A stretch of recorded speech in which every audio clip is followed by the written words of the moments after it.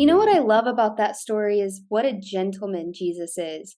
Because when we're like that deep in, new age or just, another belief system, whatever you're doing, like he knows that, well, he doesn't force us. Like you said, you didn't fully give your life to him until about a year later. What I love about that is like he's so gentle with us as we learn him and as we figure out what's right and wrong. It's like looking back, I was watching some of my old YouTube videos today, just kind of like, going through it. I'm like, is everything still appropriate that I have up here? And I was watching like baby Christian me who had just had this encounter with the demonic and then these encounters with Jesus. And I didn't know anything about anything. I was like, I'm following God now.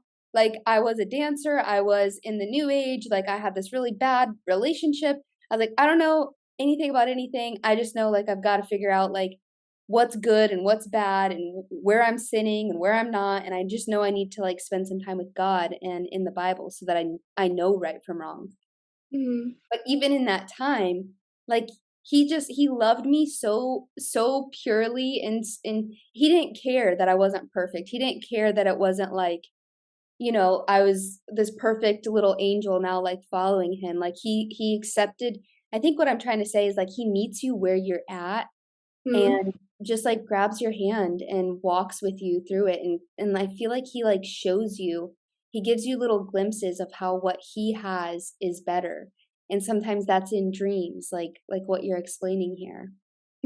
And that led me into that, like, that gentleness, that, like, him meeting me where I was at, and that's whenever I actually realized, like, Jesus actually does love me. I've gone completely against him, I've, like, rejected him, and this whole time looking back, he was there leading me towards him. It's crazy, but he's so good, but he really does love us. Unconditionally.